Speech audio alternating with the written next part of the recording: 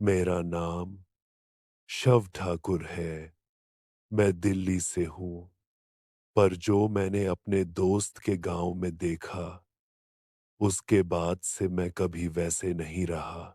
हम 5 दोस्त थे। शव, प्रणय देशमुख, वैदेही कुलकर्णी, एकलव्य रावत और सानवी कोहली। प्रणय का गांव था माधोपुर। गांव के कोने पर एक पुरानी हवेली थी।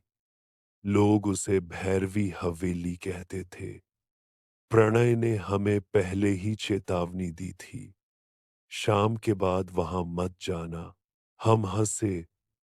गांव वाले तो हर चीज को भूत बना देते हैं, लेकिन उस रात गांव के आसमान में अजीब सा सन्नाटा था। न कुत्ते भौंक रहे थे, न कोई आवाज, बस हवा जो हवेली के टूटे झरोखों से गुजरती थी। वैदेही ने कहा, एक बार देख के आते हैं, कंटेंट भी मिल जाएगा। हम टॉर्च लेकर निकल पड़े। हवेली का मेन गेट आधा टूटा हुआ था। लकड़ी पे सफेद निशान बने थे, जैसे किसी ने उंगलियों से खुरचा हो।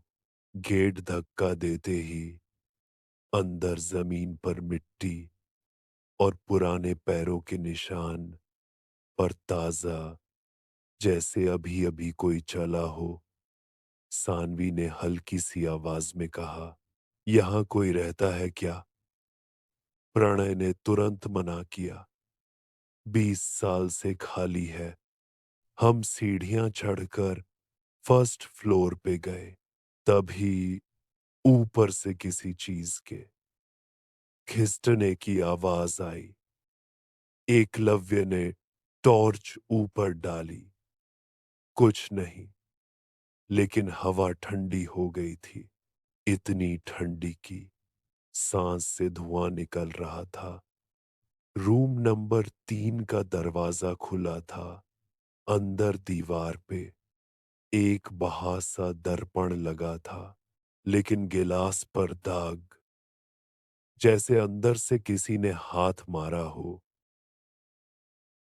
वैदेही आईने के पास गई और अपना प्रतिबिंब देखने लगी। हम सब उसके पीछे खड़े थे, और तब आईने में वैदेही के पीछे एक और लड़की खड़ी थी। लंबी, बाल गीले और चेहरा बिल्कुल सफेद। मैं चिल्लाया, वैदेही पीछे देख। वैदेही पलटी, कोई नहीं। आईने में भी कोई नहीं। वैदेही हंसी, ड्रामा मत करो। पर तब मिरर में उसका रिफ्लेक्शन मुस्कुरा नहीं रहा था। वो सीधा हमें देख रहा था और धीरे से अपना हाथ उठाया। मिरर फट गया अंदर से, जैसे किसी ने दूसरी तरफ से मुक्का मारा हो। ग्लास के टुकड़े जमीन पर गिरे और एक पतली सी आवाज सुनाई दी, मत आओ ऊपर। सानवी रो पड़ी। प्रणय ने कहा, चलो नीचे चलते हैं। हम सीढ़ियां उतरने लगे, पर सीढ़ियां लंबी होती जा रही थीं। नीचे का हॉल दिख ही नहीं रहा था। टॉर्च ब्लिंक करने लगी।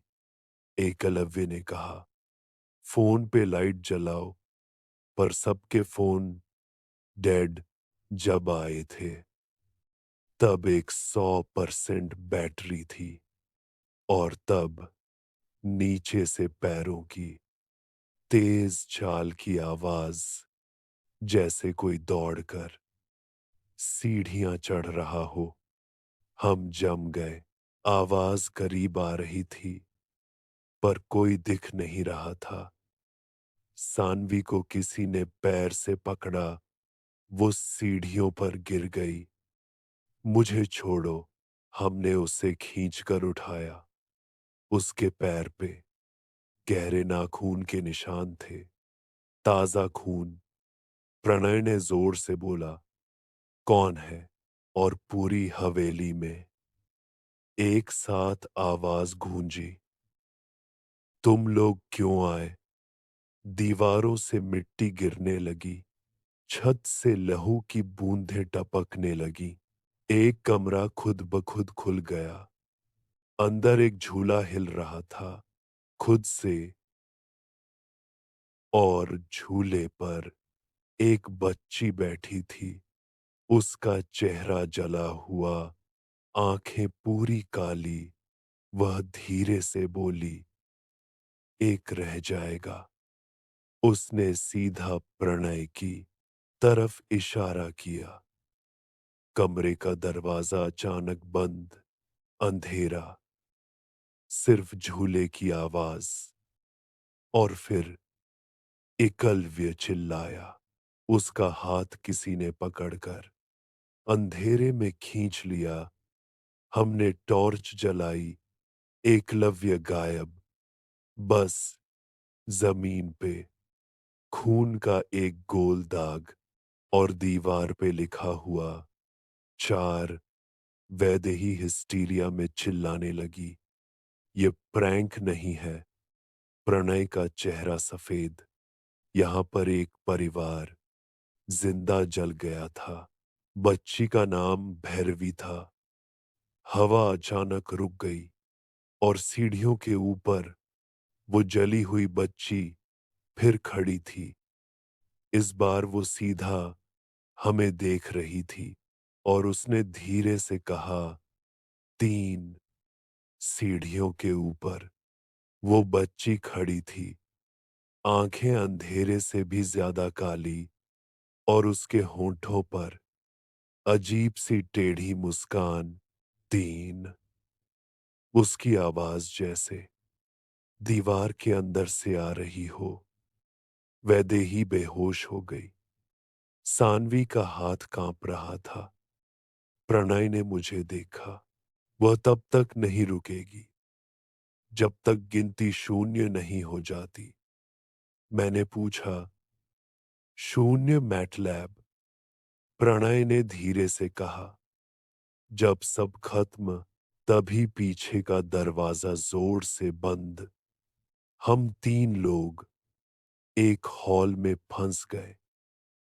अंधेरा इतना गहरा जैसे हवा भी मर चुकी हो। फिर फर्श हिलने लगा। जमीन के नीचे से किसी के चिल्लाने की आवाज, बचाओ, बचाओ। सानवी ने फर्श पर हाथ रखा और तुरंत पीछे हट गई। ये ये गरम है। जमीन से धुआं निकल रहा था, जैसे नीचे आग जल रही हो। और अचानक फ्लोर फट गया। नीचे जलते हुए लकड़ी के टुकड़े, और उनके बीच में आधे जले हुए हाथ जो हमें पकड़ने की कोशिश कर रहे थे। वैदेही होश में आई और तुरंत खड़ी हुई। वो बच्ची को शांति चाहिए। प्रणय ने चिल्लाया, यह शांति नहीं चाहती, यह साथ चाहती है। ऊपर से फिर आवाज, 2। सानवी का चेहरा सफेद। वह धीरे धीरे हवा में उठने लगी, जैसे किसी ने उसे कॉलर से पकड़ा हो। वह हवा में लटक रही थी। श्श! मैं उसका हाथ पकड़ने भागा, पर एक ठंडी हवा ने मुझे पीछे फेंक दिया। सानवी का गला धीरे धीरे दबने लगा। उसकी आंखें बाहर निकलने लगीं, और फिर उसकी गर्दन टेढ़ी। वह सीधा जमीन पर गिर गई, बिल्कुल चुप। दीवार पे लिखा, 2। प्रणय रो पड़ा, बस कर भैरवी। हवेली हिलने लगी। छत से जलते हुए कपड़े गिरने लगे, और वह बच्ची हमारे बिल्कुल सामने अब उसका चेहरा आधा सामान्य, आधा जला हुआ। वह सीधे वैदेही के पास आई और उसके कान में कुछ फुसफुसा कर बोला। वैदेही ने आंखें बंद कर ली और अचानक उसने खुद को सीढ़ियों से नीचे फेंका। हमने सिर्फ एक तेज चीख सुनी, एक अब बस मैं, और प्रणय प्रणय घुटनों पे गिर गया। मैं रह जाऊंगा, तूने कहा था। बच्ची ने हाँ में सिर हिलाया। फिर उसने मुझे देखा। उसकी आंखों में आंसू थे। तुमने मेरा घर देखा, मैंने धीरे से कहा। हम चले जाएंगे। वो धीरे से मुस्कुराई और पूरी हवेली में आग लग गई। लेकिन आग हमें छू नहीं रही थी, सिर्फ दीवारें जल रही थी। और फिर सब कुछ शांत। मैं और प्रणय हवेली के बाहर खड़े थे। सुबह हो चुकी थी। हवेली बिल्कुल ठीक थी, जैसे कुछ हुआ ही नहीं। पर प्रणय, वो चुप था। उसकी आंखें पूरी काली हो चुकी थी और उसने धीरे से मुझे देखा। जहरो, उसकी गर्दन धीरे से 180 डिग्री घूम गई और वो जमीन पर गिर गया, बिल्कुल बिना जान के। मैं अकेला बचा। गांव वाले कहते हैं उस दिन के बाद से हवेली फिर खाली है। पर कभी-कभी रात को वहां से आवाज आती है, 4, 3, 2, 1, और फिर किसी लड़के की आवाज, 0। कहानी खत्म।